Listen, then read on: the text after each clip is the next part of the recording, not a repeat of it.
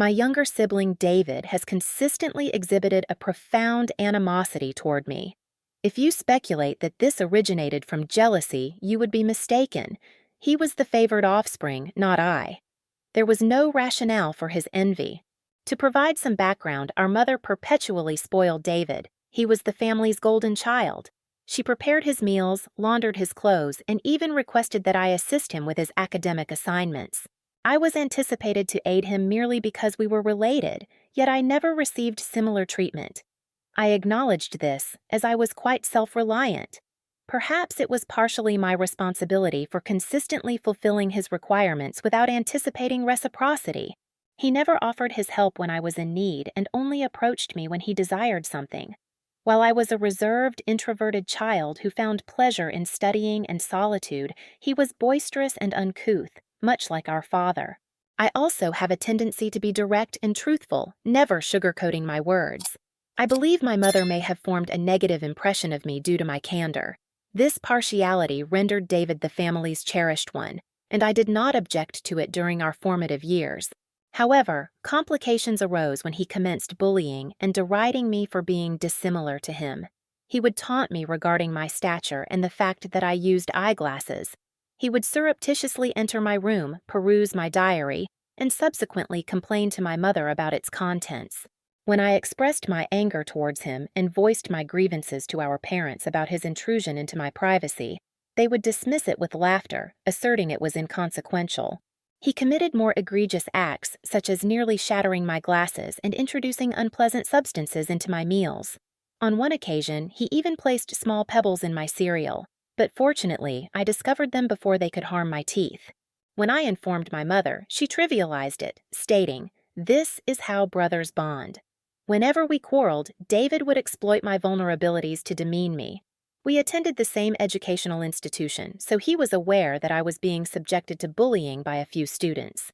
Instead of providing support, he allied with the bullies, using derogatory terms like unsightly loser or simian and inciting them to inflict physical harm upon me, asserting that I was merely a profound disappointment. Another time, during a dispute over a trivial matter that I cannot even recall, he suggested that I end my life. While I could typically dismiss most insults, that one was particularly painful because I was grappling with my mental well-being at the time. I am currently in a better state, but it was shattering to learn that my own sibling wished me deceased. Since Dad was frequently occupied with work and Mom appeared indifferent, she even rebuked me once, alleging it was my fault for provoking him. Matters progressively deteriorated during high school. There was a startling episode when David made an attempt to ignite my hair, and astonishingly, our mother justified his actions, asserting he was merely engaging in play. Seriously, who exhibits such conduct? Fortunately, my father eventually aligned with me and emphasized the severity of the situation. He even issued a warning to contact law enforcement regarding David. This instance was a genuine revelation for my brother, as he had never previously encountered any repercussions for his behavior. He was authentically taken aback, and my father articulated unequivocally that enough was sufficient and that David needed to commence treating his elder sibling with respect. Later, Dad entered my room for a conversation. I never anticipated his backing because he consistently informed David of their resemblance, which was accurate. Dad conceded that he had anticipated for years that David would develop maturity, but he was gradually discerning that David was evolving into a significant bully. Hearing this from my father was incredibly validating, and I nearly succumbed to tears. I divulged everything David had perpetrated against me over the years and even alluded to the harassment at school. My father was astounded by the extent of my endurance. The following day, he communicated with the principal to ensure the bullies were cautioned about severe penalties if their actions persisted. Later that evening, Dad signed me up for Mixed Martial Arts, MMA, classes at our neighborhood gymnasium, instructing me that I needed to become more assertive and confront bullies in my life. I concede that a studious youngster like myself endeavoring to acquire combat skills might have appeared comical, but I was intensely committed. I adeptly managed my time to harmonize my academic pursuits with daily physical training, and the MMA sessions entirely metamorphosed my life and physique. One day, David was engaged in his usual mischievous behavior again. He pilfered my allowance, which we obtained for assisting with domestic tasks. I had been accumulating it for a considerable period. David clandestinely entered my room and appropriated it. I apprehended him just as he was about to depart on his bicycle with his companions. I insisted he return my funds, but David mocked me, asserting all I could do was seek my father's assistance. I am uncertain what overcame me, but I struck him in the face. He was astounded, fell backward, and I retrieved my money from his pocket before pushing him back down. David commenced weeping loudly, which was rather amusing. Nonetheless, my mother hurried out to aid him and ascertain what had transpired. When she discovered I had engaged in a physical altercation with him, she was taken aback and chastised me, stating I should serve as a more positive exemplar for David, who appeared to derive pleasure from witnessing me being rebuked. My mother also voiced her disapproval to my father regarding my conduct, asserting I required management. My father sternly requested both of us to provide an explanation. I recounted how David had taken the money I had laboriously earned and saved, while David attempted to rationalize it by stating he required the funds for a social engagement and that, as his sibling, I should offer assistance. However, Dad informed David he was fortunate I only struck him for thievery, as anyone else would have reported him to law enforcement. He proceeded to inform, David exhibited a strong sense of entitlement, believing he had the prerogative to take others' possessions without their authorization. He was displeased with this reprimand and displayed a fit of rage, likely anticipating our mother's smarthen. However, Dad maintained his firm stance.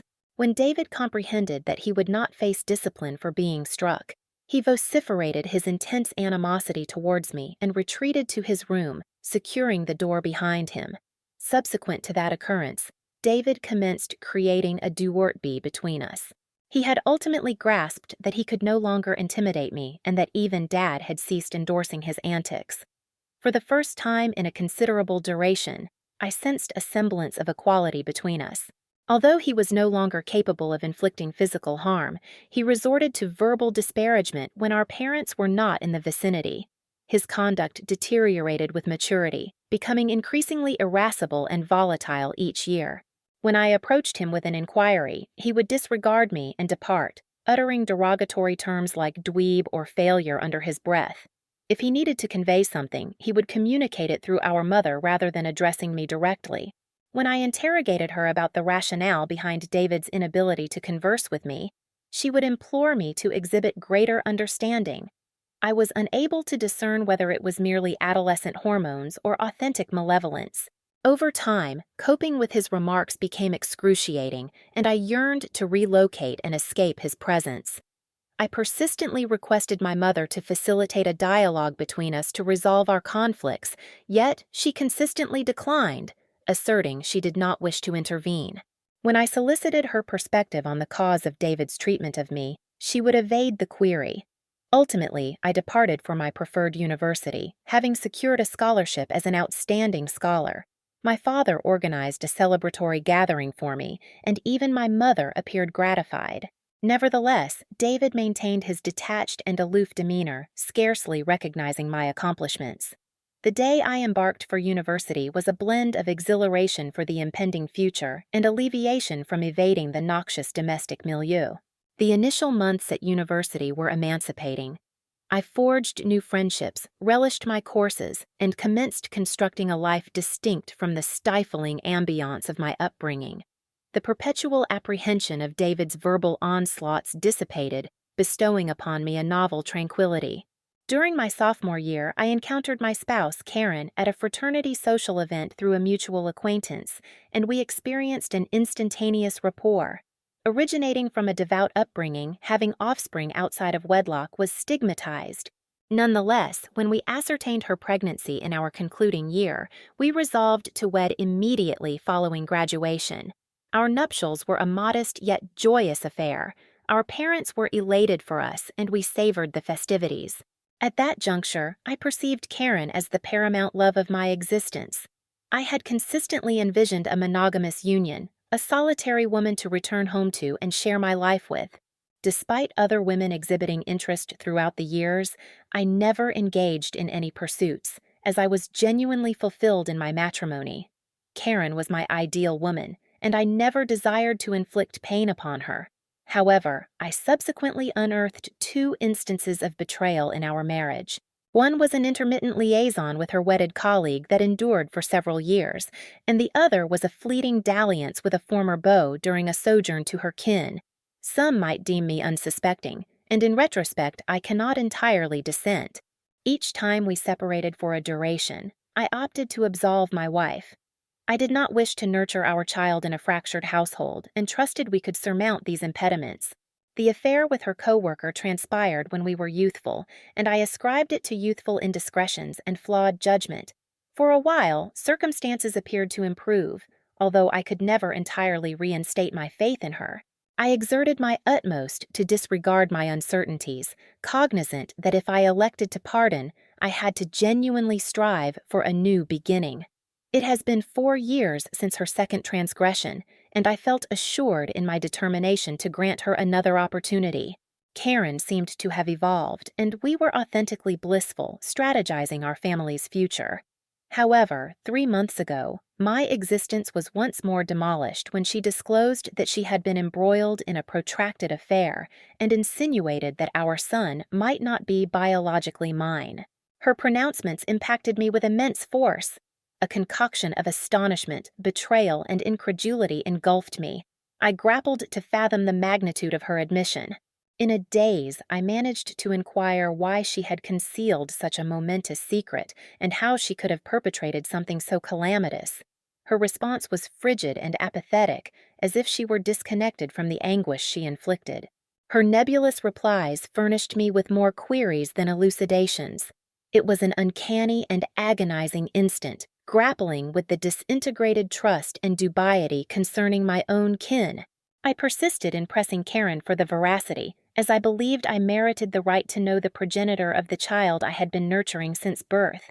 Ultimately, she conceded it was David. My eyes expanded in astonishment as I questioned Karen's meaning.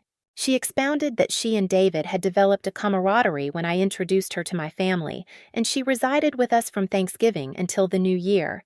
David, typically frosty towards me, was cordial and courteous to her, which gratified me because I did not wish Karen to feel marginalized.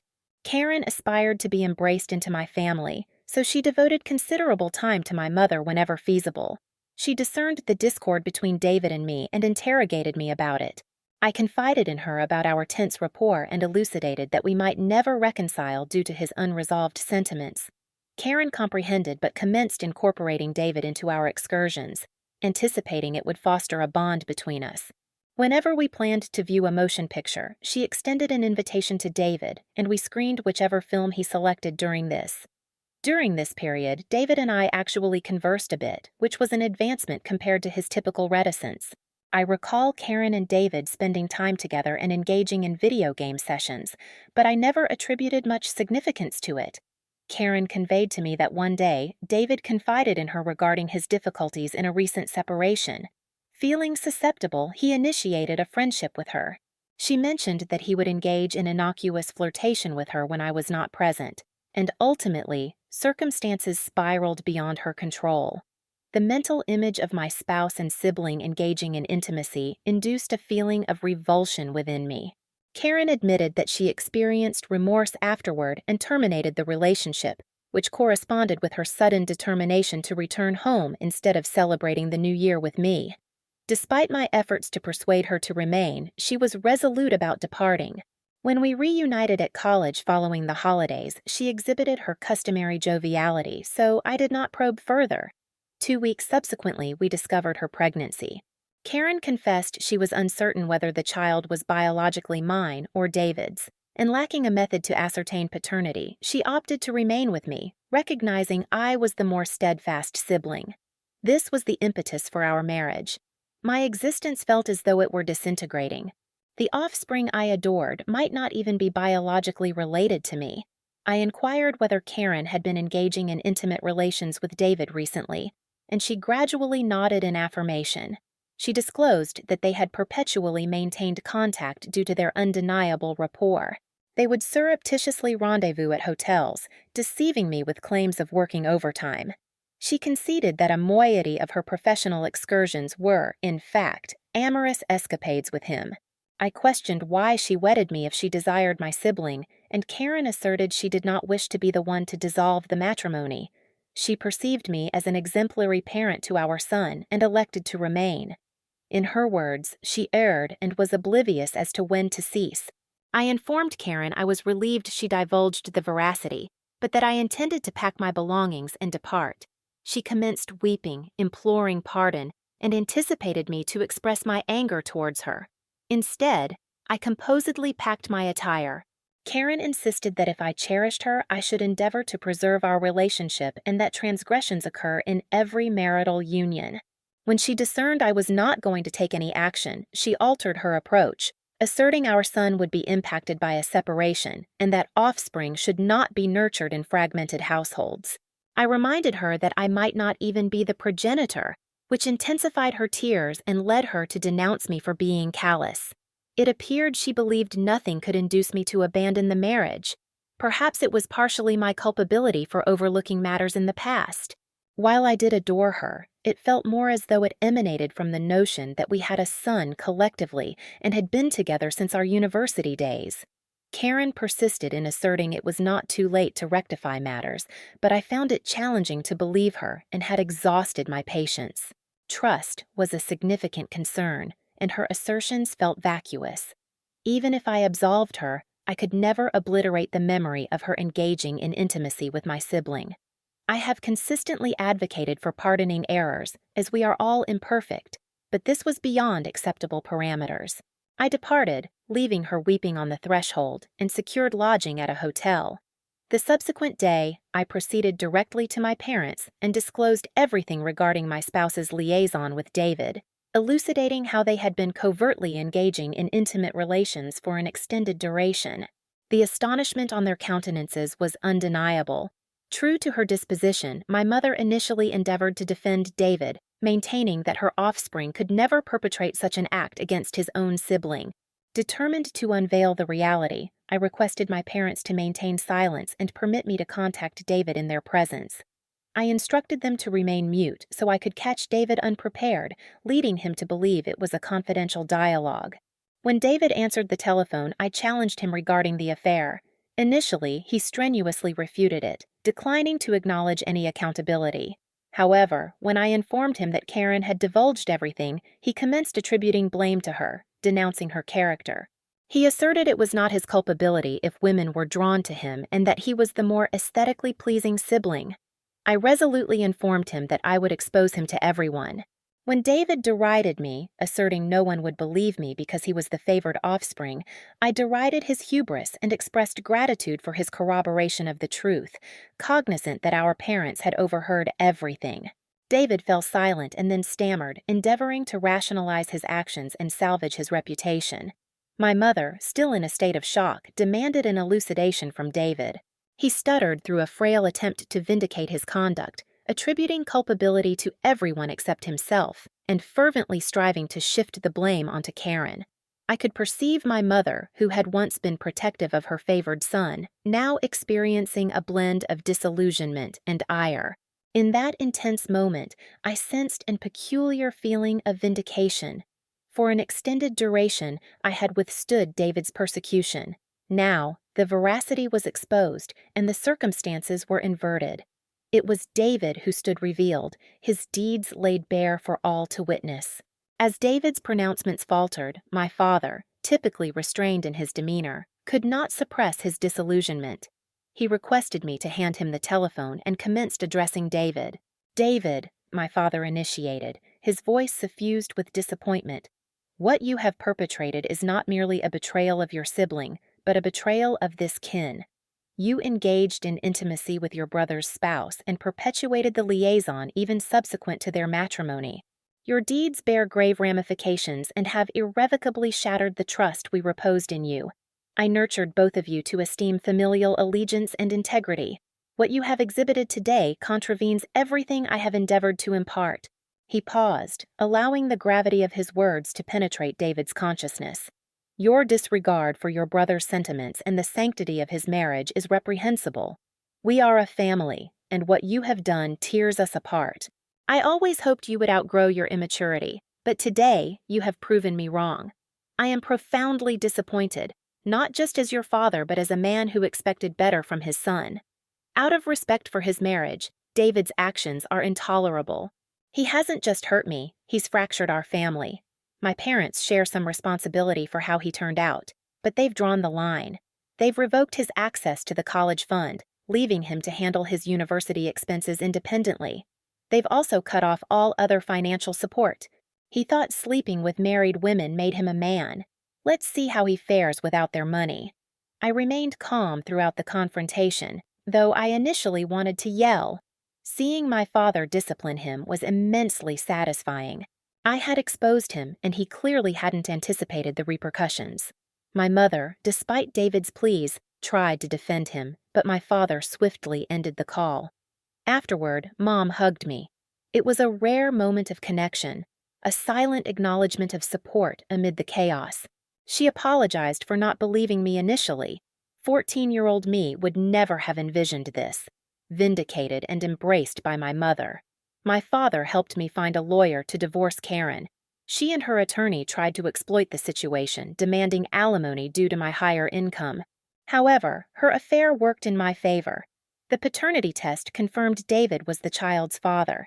This was devastating, even more so than Karen's infidelity. The son I loved and raised wasn't mine. I resolved to remain strong. Karen pleaded for continued visitation, arguing the child shouldn't suffer, but I couldn't face him. He was a constant reminder of David. After the divorce, I felt liberated moving into my own apartment. Living alone felt strange, having married young and never experienced true independence. But I adapted quickly, relishing my newfound freedom. 2 weeks ago, my father informed me he was revising his will to exclude David entirely. He's resolute in his decision. David tried contacting them, even showing up at their house pleading for forgiveness, but they refused him entry. Even my mother, usually susceptible to his pleas, seemed finished with him, though it must have been particularly difficult for her. David never apologized to me, demonstrating a lack of remorse. He was simply angry about the financial repercussions. Dad told me he planned to leave everything to me: assets, retirement fund, life insurance totaling almost $2 million, with the stipulation that if he predeceased my mother, she would retain the right to live in their house. I readily agreed, wanting to care for her. Somehow, David learned about the will. Unable to reach our parents, he called me yesterday, attempting reconciliation. He described his financial struggles with college and Karen's demands for child support. He claimed to be broke and unable to find work. He pleaded for my intervention, asking for a fresh start. I laughed and told him I was done. He should have considered the consequences. He argued that I was being unfair and that Karen shared the blame. I agreed, reminding him I'd divorced her, making her his problem now. He shouldn't be complaining to me about her or the child. He started yelling, but I cut him off, reminding him he was no longer the favored son, but the disgrace who'd slept with his brother's wife. David broke down, crying about how everyone, including our extended family, had turned against him. While true, it wasn't my concern. I told him we were finished and he should never contact me again. I no longer considered him my brother. Since then, I've replayed our conversation. Despite my anger, I'd never heard him cry, not since childhood. It hurt seeing him so desperate. So, I'm here asking if I should intervene with my parents, or if I'm being callous by not doing so. Update 1. Many of you have questioned my lack of contact with Henry, calling me heartless. I need to clarify that I'm not comfortable raising another man's child. This isn't a stepchild situation. I believed Henry was my son, only to discover he's David's. This was profoundly painful. The primary reason for my estrangement from Henry is to completely sever ties with Karen. Maintaining a connection with her child would give her a reason to re-enter my life, and I need distance. You might find me harsh or self-centered, but I can't see him again, at least not for the foreseeable future. Update 2. As many of you surmised, it was my mother who disclosed the changes in my father's will to David, prompting his call to me as a final attempt at reconciliation. I confronted her in my father's presence, and she confessed, claiming I had sufficiently punished David and that he had reformed. My father firmly told my mother that if she believed David's actions were excusable, then he could no longer remain married to her, as he could never forgive such disloyalty. This ultimatum silenced my mother. My dad stated that if she ever contacted David again, and it came to light, she should be prepared to leave. As previously stated, my dad is very firm in his convictions, and hopefully, my mother will learn from her errors. Update 3. Reddit. It's been 5 months since my last update. My relationship with my parents has strengthened. Dad and I play golf weekly, and he treats me more like a friend than a son. Although my mother misses David, she has maintained her distance. The last update I received about David came from my cousin. Apparently, David had been soliciting money from everyone college due to financial constraints. He and Karen are living together, and he's working part-time as a mechanic. They are reportedly raising Henry together, which is positive, I suppose. I never discuss David with my parents, and they don't mention him either. For those inquiring, I'm doing well. I received a promotion at work 2 months ago, resulting in a substantial salary increase. I haven't been dating, as I feel I still need time and space for personal healing. I've started therapy, so we'll see how that progresses. Thank you for watching. If you haven't subscribed yet, please do so and enable notifications to stay informed about more shocking real-life stories happening around you.